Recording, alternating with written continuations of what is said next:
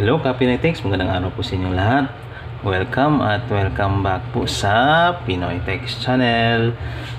For today's video po, meron tayo ditong UPS na aayusin. Ang problema po kasi nito, pag tinurn on mo,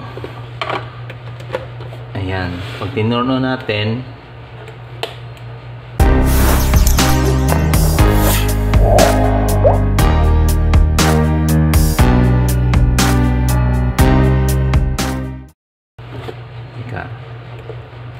wala na, oh.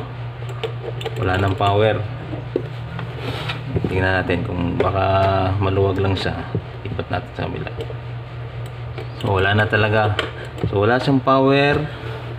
So titingnan natin sa loob. Check natin kung ano yung dahilan. Okay, so bubuksan natin. So wala na talaga kahit anong pindot mo.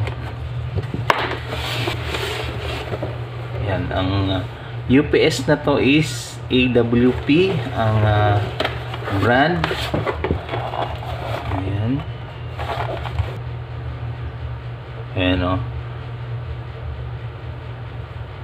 So output to 20, meron siyang 390 watts, 650 VA. So ito yung specs na. Usually pag ganito ang problema is yung battery. Titingnan natin, i-confirm natin kung talaga bang battery yung problema nito. So meron tong 5 screw, 1, 2, 3, 4, pang 5 to.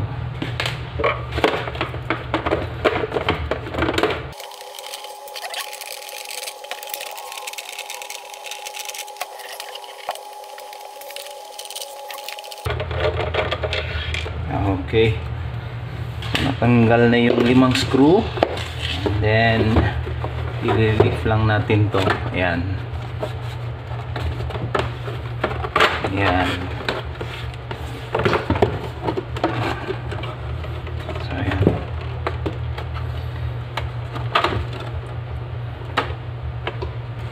So ngayon itetest natin yung battery. Pupunta tayo dito sa 50 volt na DC.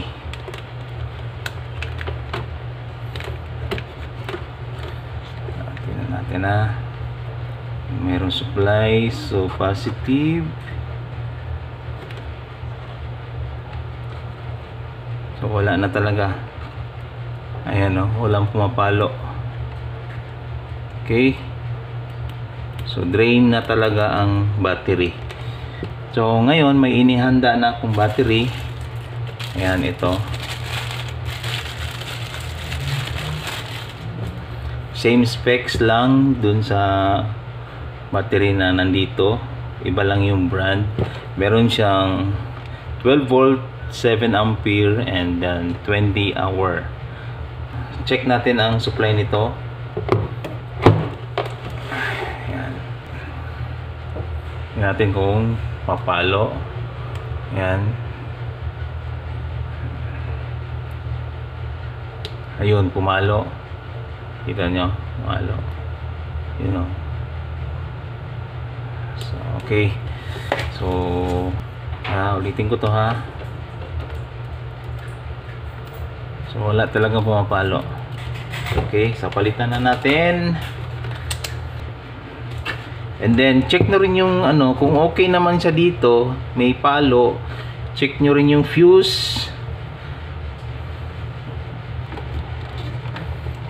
Ayan.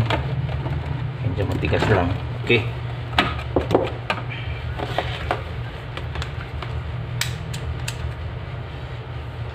Subukan natin i-test ng walang load. Wala na talaga. Okay. So ito, kabit na natin.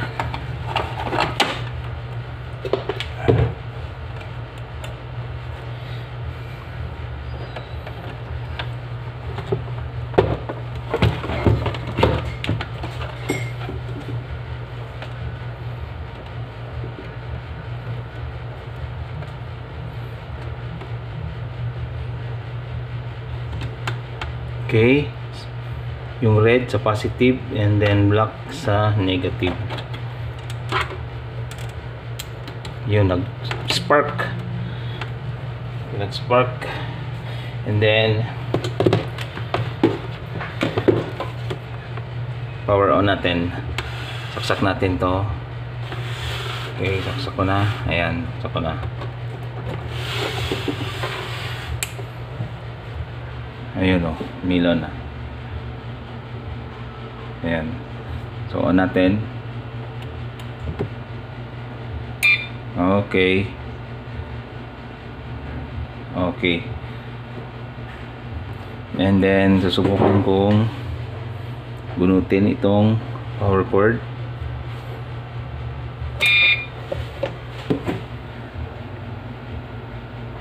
Ayan. So, battery ang gumagana. Ayan. So, ayos. Working yung ginawa natin ngayon na pagpapalit ng battery. Ayan. So, off ko muna. Ayan. Gawin natin. Then, assemble ulit natin. And then, after that, try natin mamaya pagka nakabitan natin.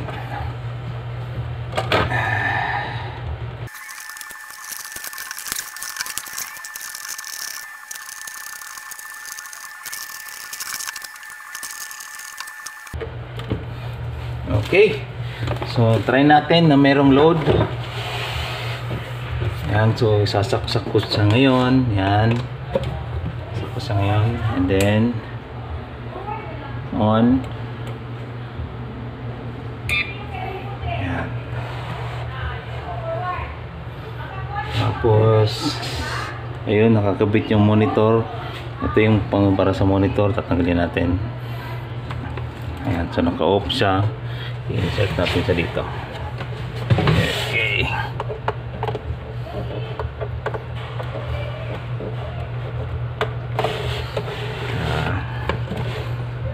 Yun.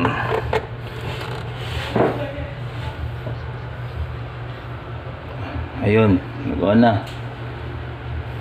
Okay. So, ayos. Off ko. Puto ha. Oh, nag-off. On ko ulit. Okay. Ayan. Ayos. So, yun. Ang problema na ng UPS na to is ang battery. Lead acid battery. So, yun lang po. See you soon. Only here on Pinoy Tech Channel. Bye.